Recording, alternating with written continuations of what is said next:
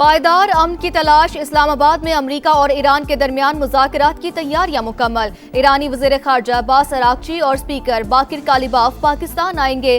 نائب صدر J D Venice, Steve وٹکاف اور جیرڈ کشنر امریکہ کی نمائندگی کریں گے۔ چین، روس، سعودی عرب، ترکی، مصر اور یورپی یونین کی بھی مکمل حمایت۔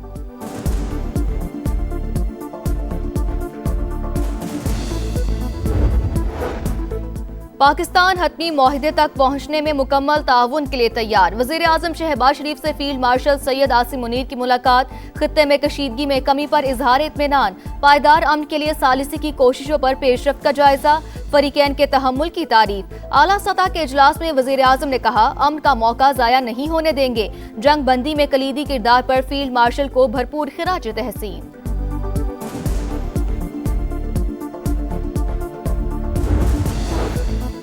غیر ملکی مہمانوں کی اسلام آباد آمد، سیکیورٹی انتظامات کے لیے وزیر داخلہ کی زیر صدارت اجلاس، ریڈ زون کو مکمل سیل کرنے کا فیصلہ، وزارت داخلہ میں کنٹرول روم قائم۔ محسن نقوی نے کہا، امریکہ اور ایران کے مذاکرات کا اسلام آباد میں انعقاد پاکستان کے لیے ایک اعزاز ہے۔ اسلام آباد ٹاکس کے شرکاء کے لیے بڑی سہولت، ویزا آن ارائیول جاری ہوگا۔ وزارت داخلہ نے پالیسی جاری کر دی، تمام ایئر لائنز کو بورڈنگ کی اجازت دینے کی ہدایت۔ پاکستان سٹاک ایکسچینج میں تیزی، کاروبار کا مثبت آغاز، انڈیکس میں 2500 پوائنٹس اضافہ، 2 حدیں بحال۔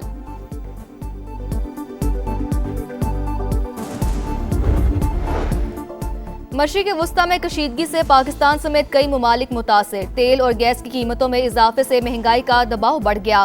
پاکستان کی معاشی ترقی کی شرح 4.2% سے کم ہو کر 3% تک محدود رہنے کا امکان۔ ورلڈ بینک نے علاقائی معاشی صورتحال پر رپورٹ جاری کر دی۔ عالمی سیاست کا نیا سلطان، امن کی پہچان، پاکستان۔ امریکہ اور ایران کے درمیان سیز فائر کے بعد پائیدار امن کے لیے مذاکرات، اسلام آباد میں بڑی بیٹھک کی تیاریاں مکمل۔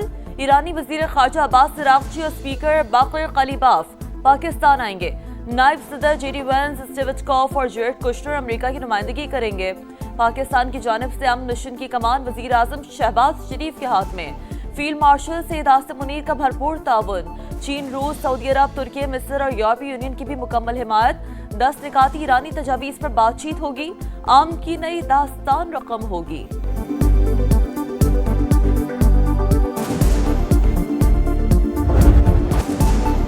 امن کا موقع ضائع نہیں ہونے دیں گے، وزیر اعظم کا عزم۔ شہباز شریف کی صدارت میں اعلیٰ سطح کا مشاورتی اجلاس، عسکری اور سول قیادت کی شرکت۔ اسلام آباد میں امریکہ ایران مذاکرات کے حوالے سے تفصیلی تبادلہ خیال، شرکاء کا بات چیت کا عمل کامیاب بنانے کا عزم۔ جنگ بندی میں کلیدی کردار پر فیلڈ مارشل کو بھرپور خراج تحسین پیش۔ وزیر اعظم کا مذاکرات کے مقام کا دورہ، دفتر خارجہ کی جانب سے شہباز شریف کو انتظامات پر بریفنگ۔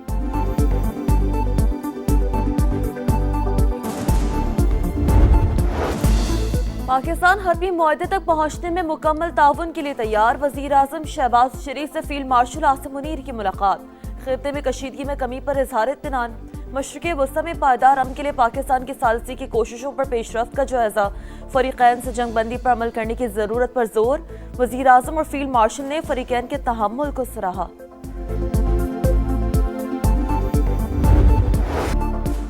امریکی صدر ڈونلڈ ٹرمپ ایران کے ساتھ امن معاہدے کے لیے پر امید، کہا ایرانی رہنما بہت معقول لوگ ہیں۔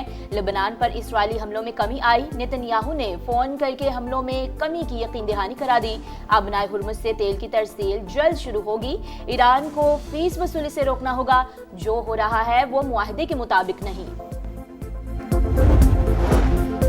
ہر نقصان کا ازالہ طلب کریں گے، ایران جنگ نہیں چاہتا لیکن اپنے حقوق سے دستبردار نہیں ہوں گے۔ ایرانی سپریم لیڈر مجتبیٰ خامنئی کا 2 ٹوک پیغام، کہا اپنے ہرمز کے انتظام کے حوالے سے نیا طریقہ کار اختیار کریں گے۔ بہادر ایرانی قوم نے میدان جنگ میں فتح حاصل کی۔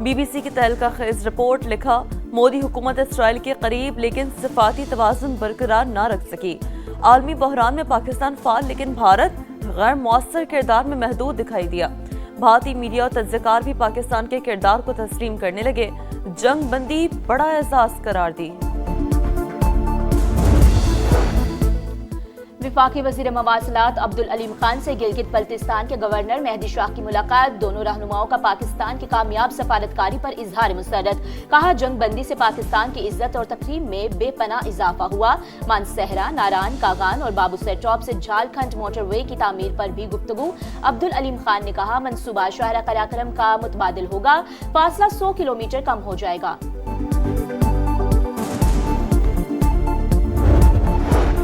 بین الاقوامی حالات میں پاکستان کا کردار خوشائن، پاکستان کے ساتھ کھڑے ہیں، چاہتے ہیں ملک ترقی کرے۔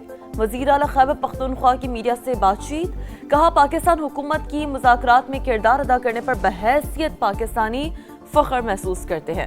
افغانستان سے مذاکرات پر کے پی حکومت کا وفاق سے مکمل تعاون کا اعلان۔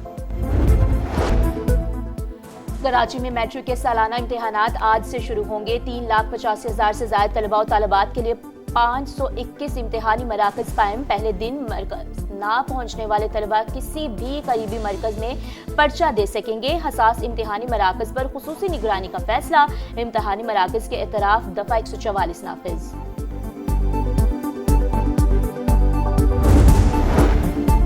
خیبر پختونخوا میں بالائی علاقوں میں بارش نے تباہی مچا دی۔ لوور کرم میں 3 بچوں سمیت 4 افراد جاں بحق، جمروت میں دیوار گرنے سے 6 بہن بھائی زخمی۔ پاک فوج کا ریلیف اینڈ ریسکیو آپریشن جاری، 25 مارچ سے جاری بارشوں کے باعث جاں بحق افراد کی تعداد 50 ہو گئی، 147 زخمی۔